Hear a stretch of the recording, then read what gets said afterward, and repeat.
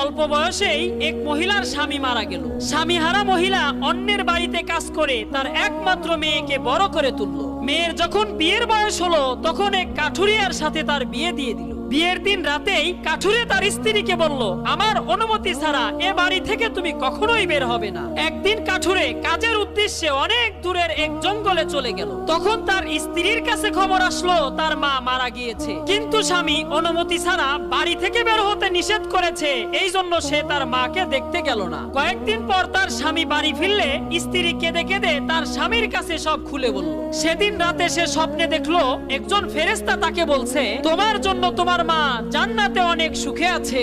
সেদিন যদি তুমি স্বামীর কথা অমান্য করে তোমার মাকে দেখতে যেতে, তাহলে তোমার মাকে সেই পাপের ভাগীদার হতে হতো। বন্ধুরা, আল্লাহ ছাড়া যদি কাউকে সেজদা করা যেত, তাহলে সেই স্থান স্বামীরাই পেত। এই জন্য স্বামীর অবাধ্যতা